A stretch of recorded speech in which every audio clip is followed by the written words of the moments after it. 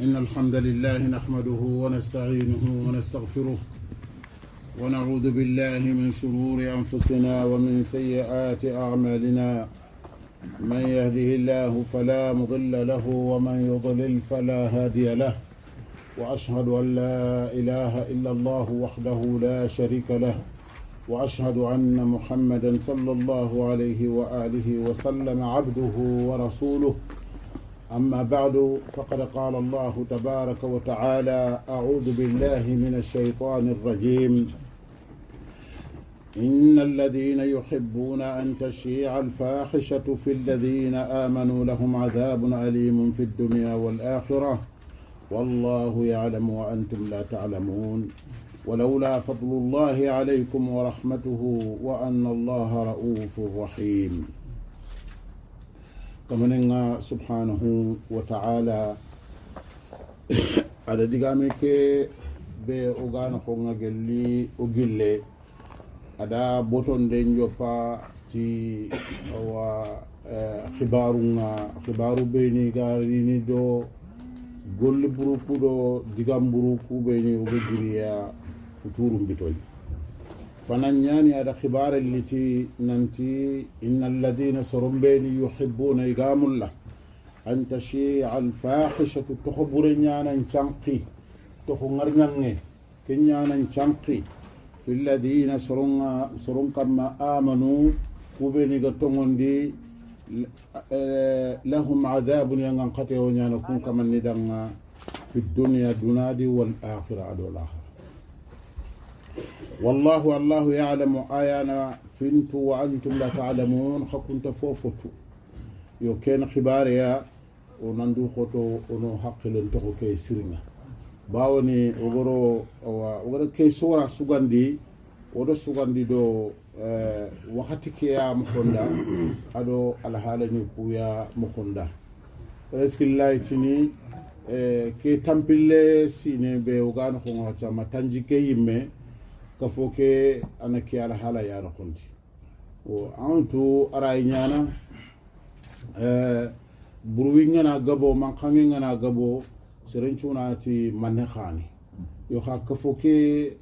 mankangi kebe sugu gabo sasa asugu gabo do fini kubeni batunga tado diga mu kubeni ga kongini imasare lenki imasare daru presque fatele matanji kesine kafo ke nan kinya gara kebe sasa yo duru khoto e nyani parce que aganani serebeni dina kan takama ana solution ni muru ti awa tuwa hunitana daga tuwa hunitana ni jaga nanti kurna solution muru awa o problème mais muslimo ñanoy kitabe ngoma kha hululu ni ngana ko solution ni ngana ko kitabe ngoma kha kitabe ke ga watun qaranga kafoni no ko gatun fumbere diagnostic ndabar noda man na khana khay fumbe ga khay anako aga jare ni mogobe ana khako idan udru khoto no akoy ken kota ngara ko mukhombe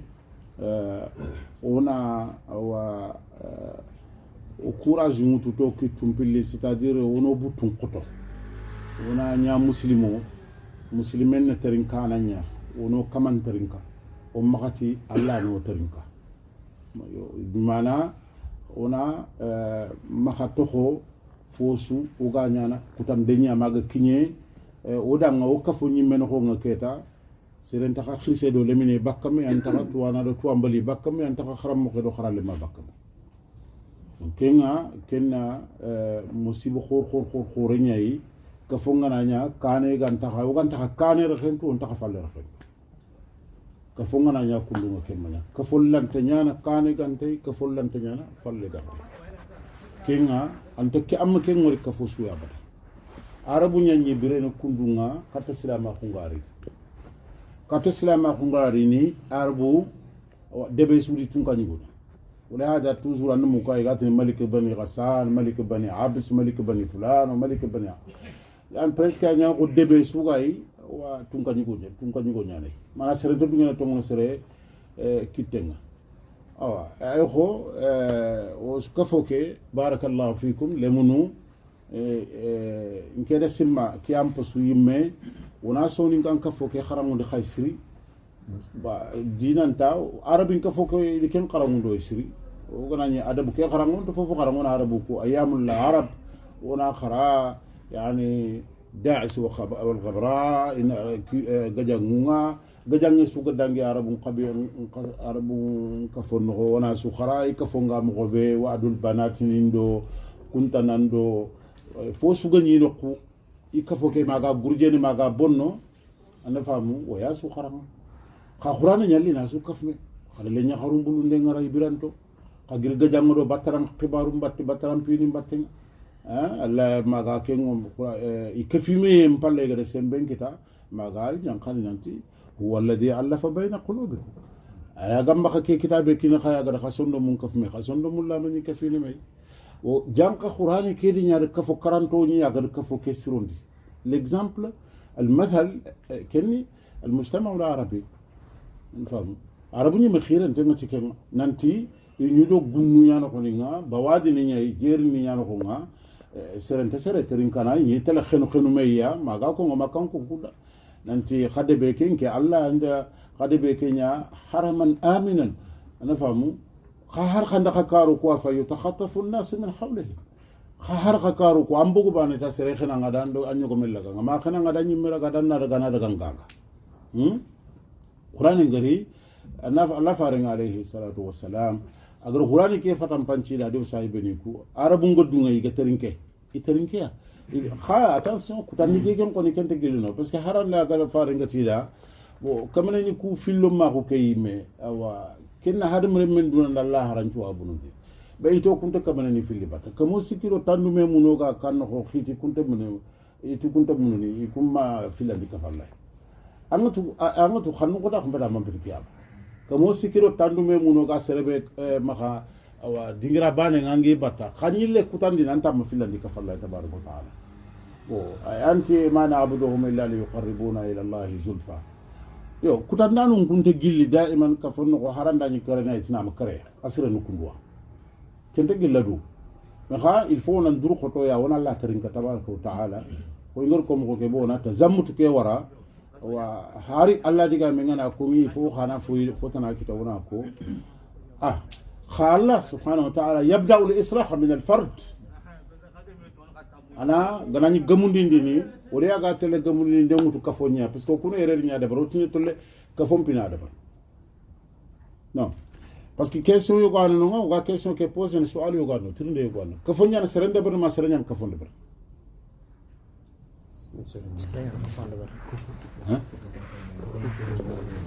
Sering aku nggak tahu. Biasa orangnya. لا بد من التفكير سرنيان كفر دبر ما كفرين سرن دبر سرنيان خبارين شهر ما خبارين سرنيان شهر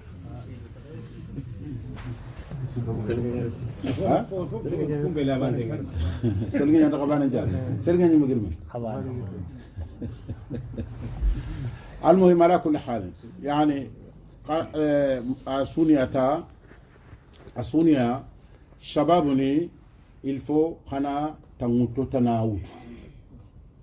aga fete tamu ta khaso kubeni ana famu o kugadi wuti parce que adi nyawdo duto ko arabu nyamax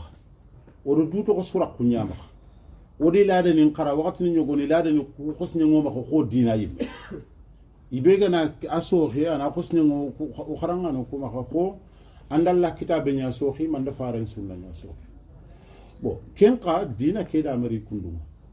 yo serfunu be ni ga kudiga mu kono agange be yani soronte gemmeiti antali monida antali mono sorokuda mais ce n'est pas grave mais har mari me har mamuri me gara gari proposition de bari maga bakani ni ke kam seren ci mudune ma ki afeba mais fi le gare Allah tine dang mané daga dang gollenga qul al haqq min rabbikum faman sha'a falyu'min wa man sha'a falyakfur angena tungu ke go yelli gana ibe gana dunge ana tungu te ibe gana dunge ana barayme idan kenna sunna nyai aga kawnu ken khonti da wori ma harande bi nyimme nyimme ren charante har ko da be ado yole ngam aga tillemme irka maana abra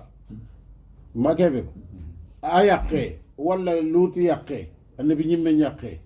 yagarendi kina yagaren kina garo no kusaro nda batenga ha kendi mo gosu ana famu angara kungor bi ane misalu bane anke lan de tin nan tanke ngana diga me ko ma su ko diga me ke e bi ado ka fon kadi ka fon ciro ndem pati serbane siro de ka fon ciro nde génération golle nya génération gollu nya c'est à dire kana wutu asasa me aga nani sirono kadaga wutu kadaga awar afay makata tanjike tan nakate tankarge tandu be sine wala kame sine ma wala kame sine idan wonan duru koto ala tabaraka taala ga kebe ko adaga islahu mutu fardunya tala islahu mutu fardunya amma fam mana kafo ayana sere litini me sere nyana kafo ncurodi rapport nyani da sere suga mari kafo yana ko nga sarati mantef sere suga ma khoro kafo ana ko sarati mantef mato ma kadim pam kafo nyana litini gelin gela mane kondi ndabari nyanda kafo ndabari ma kafo nyandi ndabari ha kafo nyandi ndabari parce que kharañi bu ko be ni kega kharañi no ko ndinya nga khara moy skebe no ko ndanye kirsu ko be ni ganye bedda ke ga ga do ko nga ga khayni ga katana ga katta ando kunyi kafo ke ma ke afe ba mais après en kanda siro en khalin kafo ke de ba rapport khot nyani na nga wala hada ajabi de ngir ke question be war khawre ajabi ne ko tanya har sociologue no ajabi ne ko tanya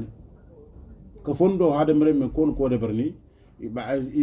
kudo nan échappé complication itinata ka fonya sere litin me sere nyan ka fondo ber aritinde ke wure na manne an care na yana konga an khoro na yana konga an cikirte yana kinnanga gejangi gananya yana ka fonya ne lemunu ngurundi ni tanga ila akhirih man kagan khoro ngana siro bere banna siro me ngana siro ila ngana siro yela ngam siro ko ka fo kebe ga daliti nan cirondi nan khorondi an nakar makafe kenyani kamanenga subhanahu wa ta'ala teng sarbani nyai ugari ni ugadi ga me ke joppana ama kafo ma xam kutu di jeni o kwande diga me ke yuru wandi na khoronti kada sarbani nya ko zani yatu bani afem wa zani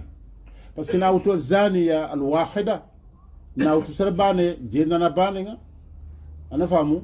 jeni ngili nonya na sankana nya filo na nya sikko na nya na kato na nya karko na nya tammo na gabo ana legerni ya gunyi mena bagay makya feba koyo ku kafo ke sasa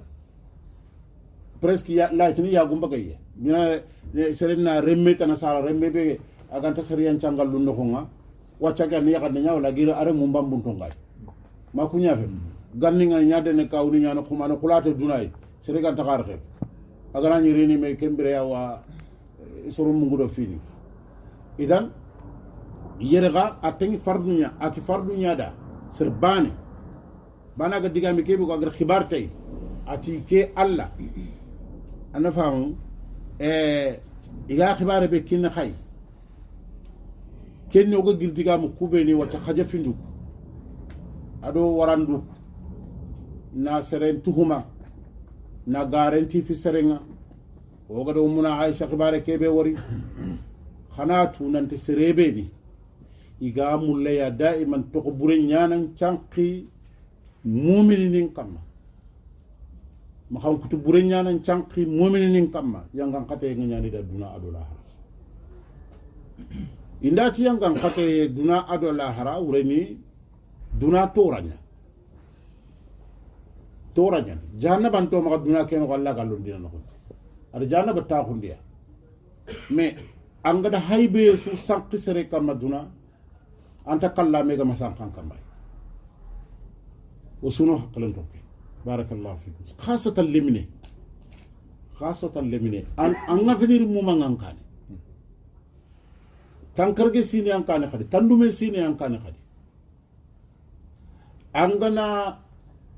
هاي باندنيا نيا دودا ميتشي أنت كلا نغمتاكو هاي بيمبرا كني الله يا خبارين دي سربني يحبون أن تشيع الفاحشة في الذين آمنوا لهم عذاب أليم في الدنيا والآخرة لا قالوا تنغو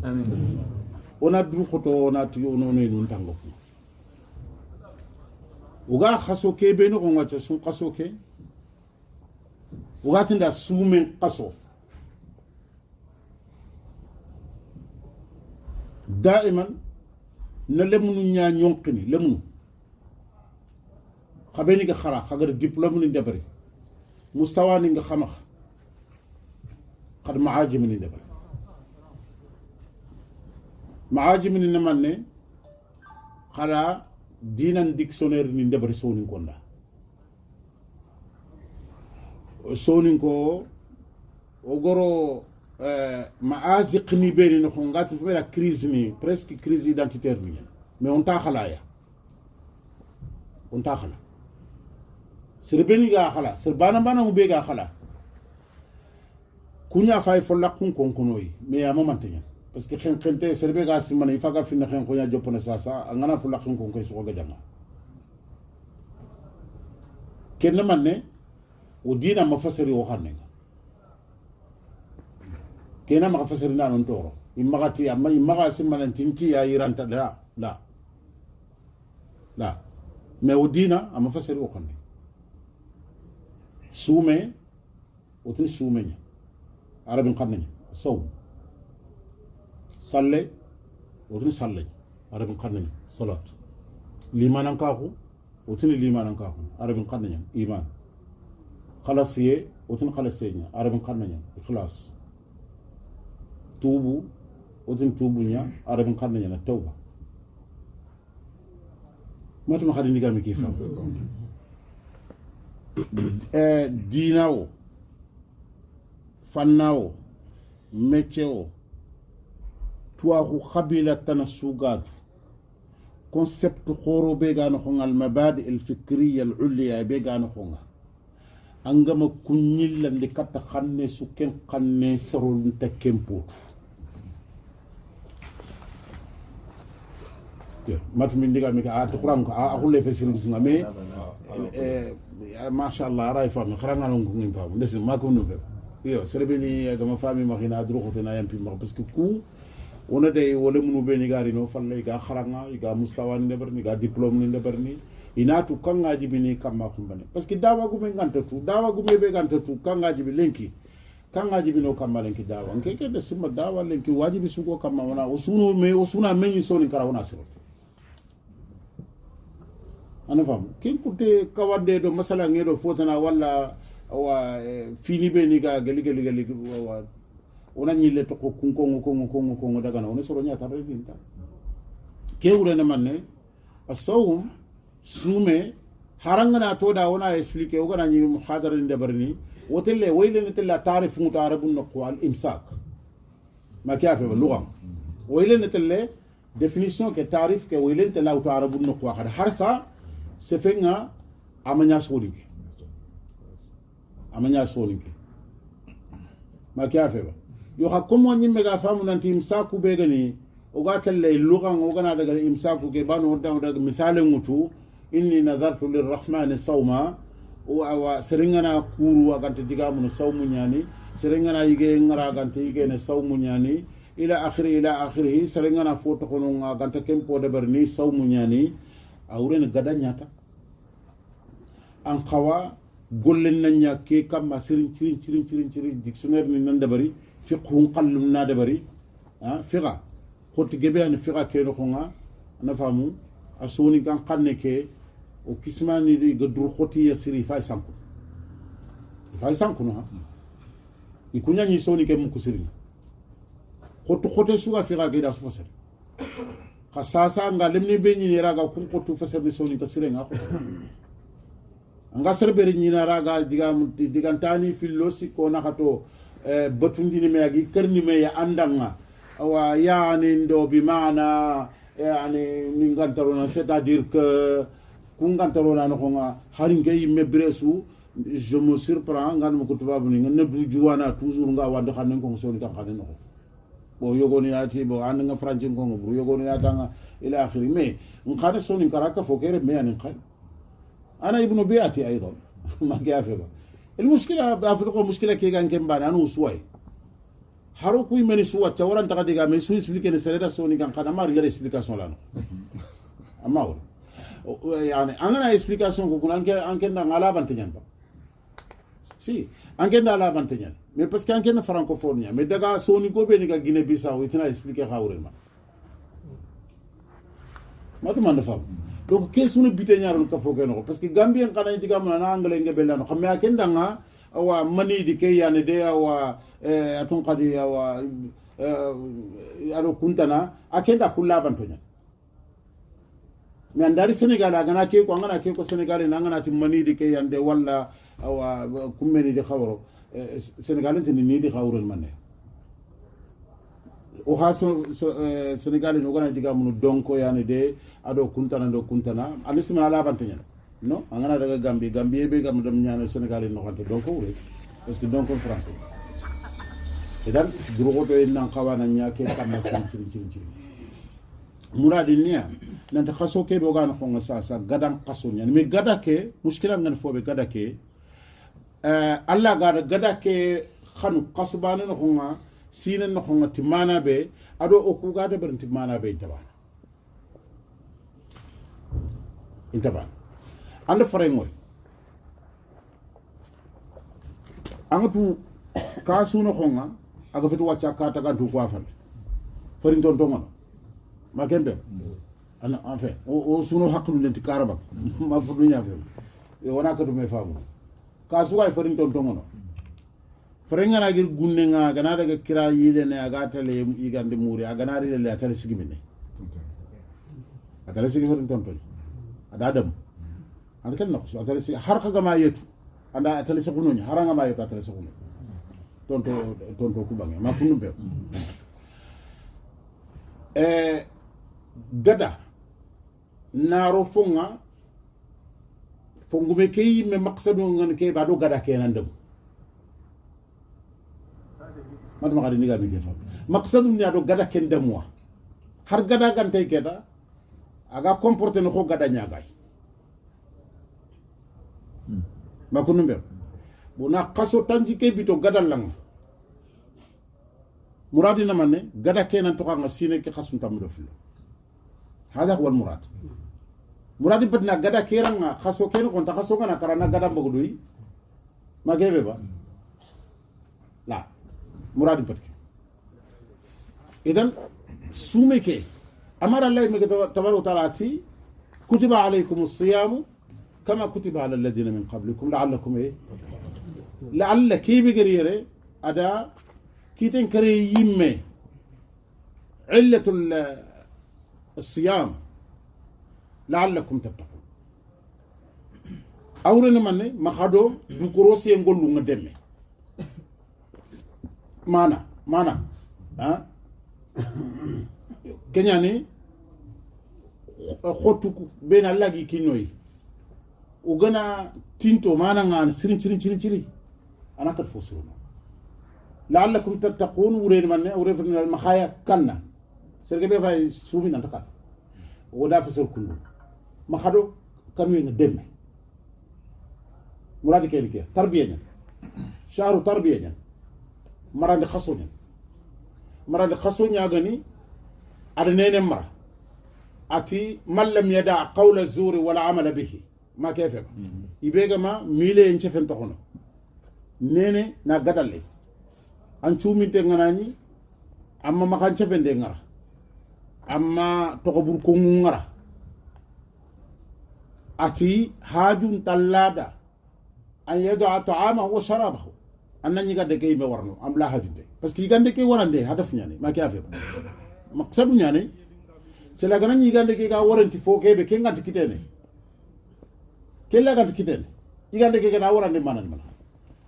manante kenyana gati سربيغا ما جو ميلي انتفن تقرادا قولي أنتو من نخونا فليس لله حاجة في أن يدع طعامه وشرابه حاجة الله دا أننا نيغان دي كده نجيكي تخون إذن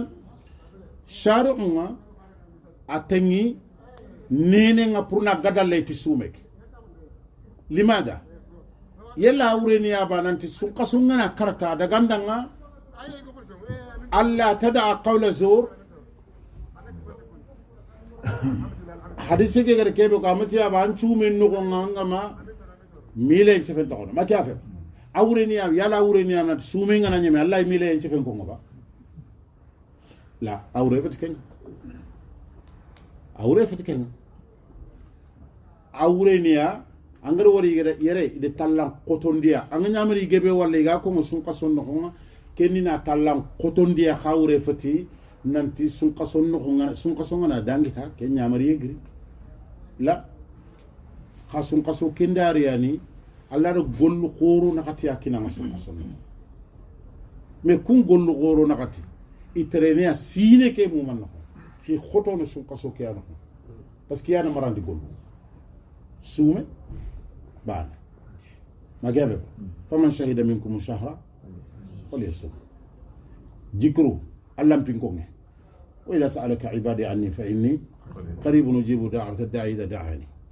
ما كيف ما مسواكم هيك من قبانك مقطع بانك يعني أنا فاهمه أقدر السوم كبارنكم على القرآن قرآن ينقى كبارنكم شهر رمضان الذي أنزل فيه القرآن هدى للناس وبينات من الهدى والفرقان مقطع باني كان أري ذكرنكو أري اعتكافنكو فل خمغ إمام اللماغو لا تقربوا هنا وأنتم عاكفون في المساجد كونا خطي إسو كوني مقطع باني كان كوي مني نانتي كي مقطع باني على قول خورو نخطي بيغا سنقا سنقا غادي سواكو سومي قرآن قرأ الله فينكو تاغم يسيدنا 4 عمر يانكو مقطع كده طيب سنقا سنقا كورونا سومي غرابة لا بل يتأكد في رمضان والقصد من هذا التأكيد التربية عندنا دم صح قرآن قراني سنقا سنقا كورونا ورابة لا أبدا إنما تأكد في شهر رمضان تربية ذكروا وانا ولا سوق سوقنا كرون ولا با لا ابدا مثيل اللي جمال لما غني ولا با لا ابدا اذا جاها سريان غميكي غا غولو بيني كي نونا غولو كو اهداف نينتو ني ما قاصد نينتو غا تغني كارابي مقصد ني ميغني كيبي غا كيبي مورني مخا سي تري امبورطان ناتو pourquoi nga سوم kenga fa fa nyanata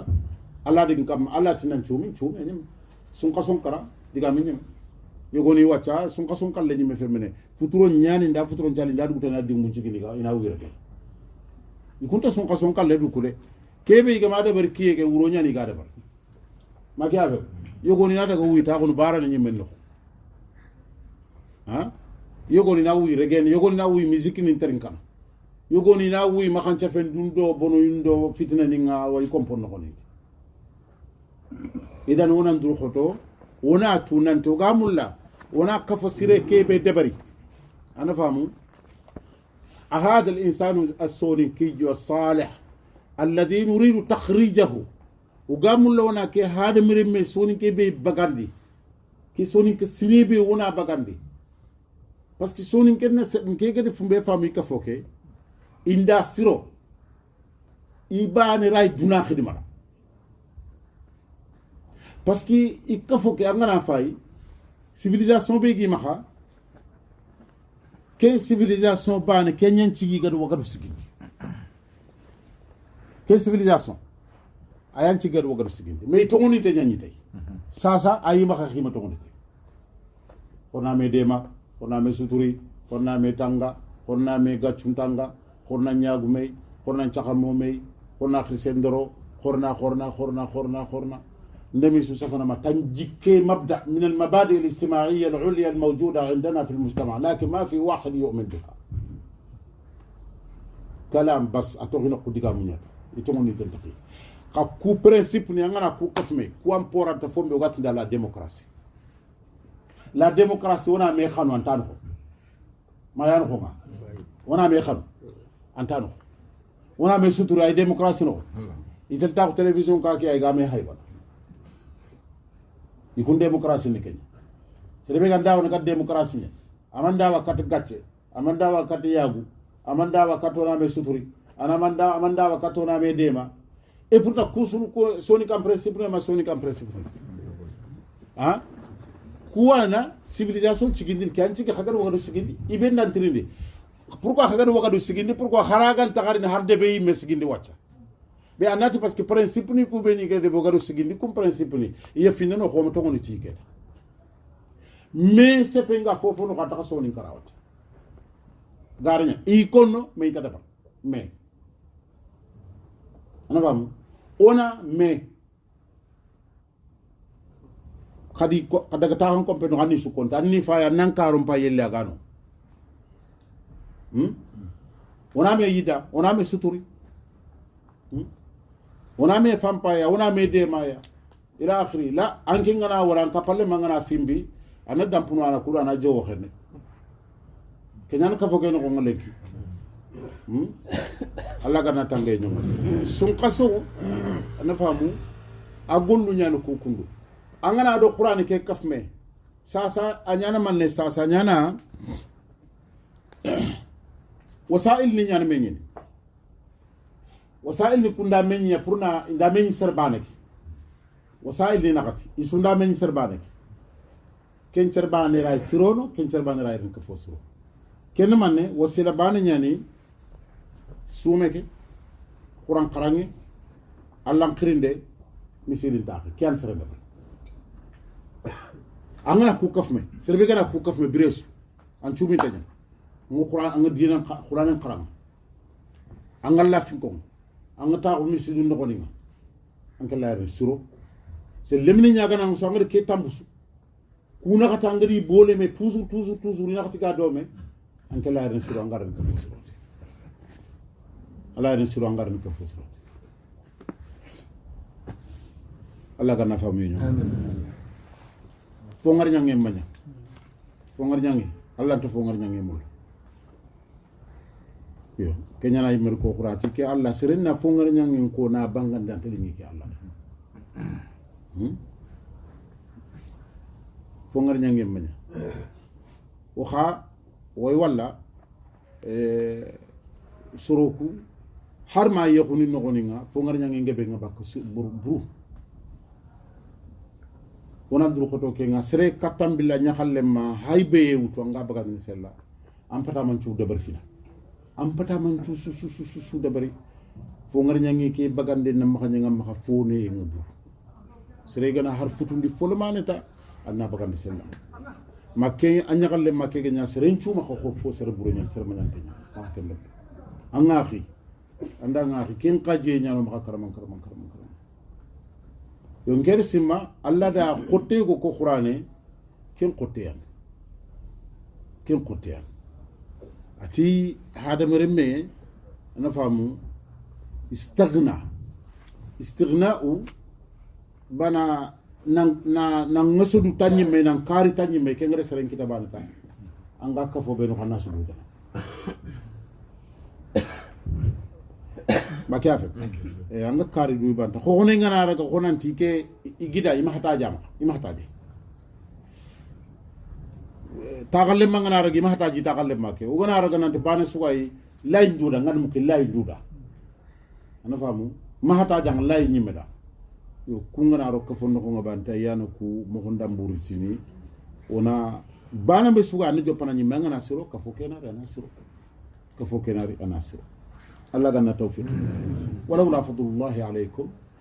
Allah fasangun ta ngam magafe khaymeni kama wa rahmatuhu adanema gamis khasu haybe amara gama jabi ama lawla jawabul lati ama jabi do manne skalabati magasere hayba parce que Allah fasangun ta ngam magafe anyimme kama sangay sa wala la daga taxu a ñimme a ndangundon naxa ando alla naxa a nantere yin cuufa a nan diga mun cuufa a nangolun cuufa duna se liyagu nganta ñimme ragana a mbani ga taxun ye liyagu ganta laga yelli ga gana ñanga yaguna lay yella nga yagu mais be ganta yaguna lay ko ngani sumana mana c'est pas grave idanki magiafu khasir sugona ñanga yaguna lay bani sugono ngana taxu a suwani wo sukka man to ñani ando wori keski rahimahullahu ta'ala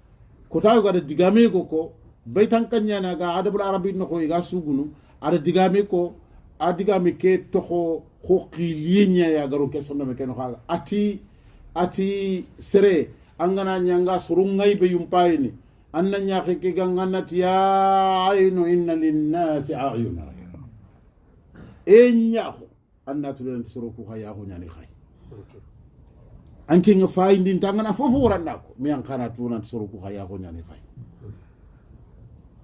yana har mure ya ganyi mai annan ya gan kamanga anga de suwana maganya fobru ko ngana ya ganyi mai maka mungu da nyimme gani kebe an haqiqa anan yimme Allah sere sukan to Allah fal ya bu ken annan ya gu Allah subhanahu wa ta'ala ma kiafa jakinda nan ngara Abubakar jagu jakki ya gu ngadara anga wore soro nyogoni angani jakkita ya gu ngira kana mane yille na katti yimme tuwa kunya matuma ndimba soro nyogoni angani jakki angana tira ammen takade bekira khusni kunkunya salun kana ma kunu nya fe mais anta simmene di me haqiqa na ke fagar gare nya ko kunu haru ka ke serebe go ka ke gam pasinga ga benyano ka ken kunkunya salun kana serengara Abubakar tiga da mannya Abubakar de fiya de giya de nyun qar mo ko jura baraga korab ma da dore nya ko sank atike imana dudu nan ko takas walla khani tunan ko takas ana fam bi maana wona ñille serena ñille katta ñimme angade nan ciro yille katta ñimme anna du khara anna fa yella ñimme gana ser sire sel gana nya Allah ko me nya gananga anna tuna nan tando Allah na khalla fa samunta ko ngam ma fe soro haybe duna nya qaw haybe nan ko ko ma ko ndum pep Allah ya nga khate ta ko soro kam may dunay Allah fa samunta ko ngam ma fe ñimme kam may ya nga khate ke ñu wore ni anke nya kam may kenyan kamane ngati tabaraka taala Allah fa samunta ko ngam ma fe wa rahmatuhu adani man ngam ma fe ado wa anna Allah nanti Allah rauf yurumandana nya gam magani Allah gan yurumandana nya ha ko men ngana hay bantali ngalla da ahinne ne ya khati ahinne ne ya Allah gam magani yurumandana nya gani rahimun hinna nya gani gam misaka khayb me haybe Allah gan no sutur Allah gan no sutur ya ayyuhal ladhina amanu yemku beni ka tongondi la tattabi'u khutuwati shaytan khama shaytan tabatumbo khama shaytan tabatumbo shaytan manya shaytan kunga wa jinnaninga aw hadamrum shaytan wa har dabani na'am لأن الشيطان خلق يتشكل أنا فرم قبل يعود أي نانا سمك أي نانا فري أي نانا فندم بكيسو أنا فاهم خا هذا مرين شيطان كأن الشيطان حقيقي يعني سمك جنات شيطان يعني ولا جنات ولا شيطان يعني ما كمل الخورو وري حقيقة شياطين مشكلة كنا شيطان نيا شيطان حقيقة في شيطان نيا دفورمولي مو mais hadamari min shaytanin ke ken shaytan haqiqi ken shaytan haqiqi laysa shaytan mushakkala shaytan haqiqi lakin kinyan cigi Allah subhanahu wa ta'ala Qur'an qul a'udhu bi rabbin nas khunga aga tangay muriye ke diga mungu ko ngi uga tangay muri jinnanin shaytanin do hadamari min shaytanin min al jinnati wan nas iswa ana faham إذن لا بد أن حرب نيا دبري بانم بسوغاي سربيني غا يعني تصوف صحيح القرنة قوي ابن قيم الجوزية نعنا إغاثة اللهفان وتو أوان قرن من نعنا فامون أنت هذا مرم بسوغا شيطان داخل نجمع منه هذا مرم بس شيطان داخل أما سر السورة نعنا كوا سر إنه مانغر كوتا يكو مانغر ولا كنيا بقول كاغلا سر سوان تي شيطان داخل نتاني جمنا إذن لا بد من حرب يعني ona khatonya gajangi nyaade barna sey sunno me keno ko nya gaja kenya ni ga jikku ñu ko ni kharamu dino yow gana ni taskiyatu nafsu kharamu ga jikku ñu ko ni kharamu dino duma xayam xandi soron anna duma xayam xandi Allah duma xayam xandi ma hakkawo duy ma xana khusre ma famba ma évacuation de bal évacuation de man ni anke ñimme angan fo bure kebe anna kem hundi anna fo bure ke uta na jox certaine kam anna kanya fo bure anke nanya fo sirenga an khaytu khana tanda isqatu nya daba isqatu man projection amal comme na duma khayan khandiya lada na duma khay faring alayhi salatu wassalam adu magayan kaye kam muslimen anga mamugo faring du magayan kaye kam muslimen anga mamugo faring ki ngala ke akingere kebe kita Allah maka ganyo ko ay yamisu saqaw ga khen qad har farlan jallo tisal صحيح ولا لا هار فرلان جالو تني او كون خبار ناس والله ما خلا هار خفارن جلني ما تانينغ في ما ميغيتي ما صاحب نينغ تان نبي انكي من والله من قد غفر الله لك ما تقدم وما تاخر الا احب انا اكون عبدا شكورا حرغنا نيا ادمتون فارن كياكو ات حرغنا نيا ona daga honan ta Allah yan pinge maka njuru burincho yo ka agananya kenya gananya kan na ka na botu nati anga do bati ngente jamere keta selanga bati ni pura nal janna muri tandal janna kita anna ka bati ni wacha purman ne kebe ka dal janna kina nganati idan bati en tanyam hakinde ko yana tande bi jimme ka di haqiqan to agani abdullah Allah ko menya ada kentu kenga ada kembiraya na faga ka tep awi mu man ko maga kala adi Allah ko makke place ngada faga mallay mega subhanalladhi asra bi abdi na العبودية kenya ni wona alla ogana makam kutonintu ogana nyamariyuntu ogana kalimanintu ogana yanqino ko nyani wona yanqo yimeni no ko ni ngono yimeni tu wona wasete ni sartame wona wasete ni sartame ma tay sere alle mek ma tay barakallahu fi anyaqik ma tay an khonege ma tay parce que kerana muskila khore soni kara sere sugam pung sere su sembe ma sere suga sere su mare ngura tayne ani sogo nyana anta mulla har sere na tongu ko ila legar nik ka fonqa kanuiti tongunte yaxare do kine naxa tongunte remme do gide naxa tongunte remme do sala naxa tongunta ila akhirih gide do xone naxa fon ma ki affaire xakunda est ce que kunu diga mu tongun ñanu ha bo anti tongunte ke tongunta ken diga mi kay angel kebe su ko de kumpede tongunta ken diga mi kay ana fam yo o matanda nga nan daga sigi faabe ndore me ga janga nan ti faabe ndang he ke wara de awa mbaxe yande la o matanda ken de berde angatu ngana ta xawiye ndang ndagin tun ci gunne ba nga tales kan kama angana ti dude na ko da kanim do ban ma suy ke sori ke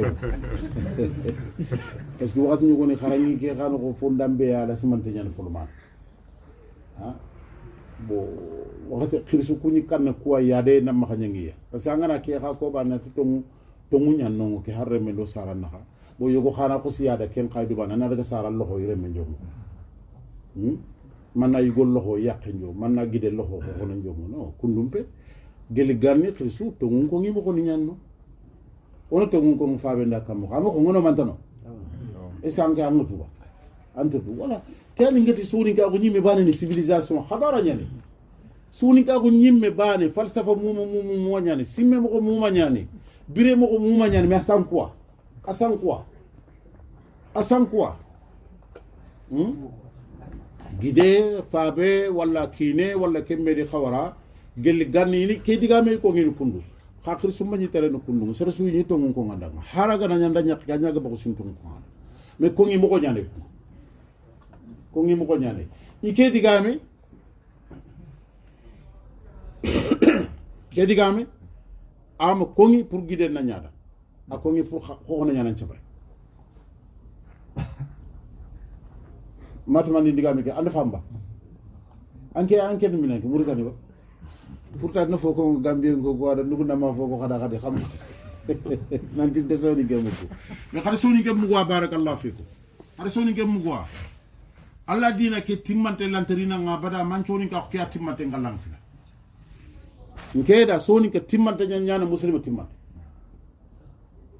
soni ka timmante aya gunwa sakamunwa da yaro tahari ya gui mere sakamuno gacce onti bakkal yo haketa umma sigi tenchu kam aya guna sakamuno gacce nge ila akhirih ana famu allah khaga fofu mulana kubana amul al haya nisfu din al haya shu'batu min al iman ya guntahu ken ka fino civilisation nakane nya ka fini dina ngollu nakane ana fa munakhir sen doro kabir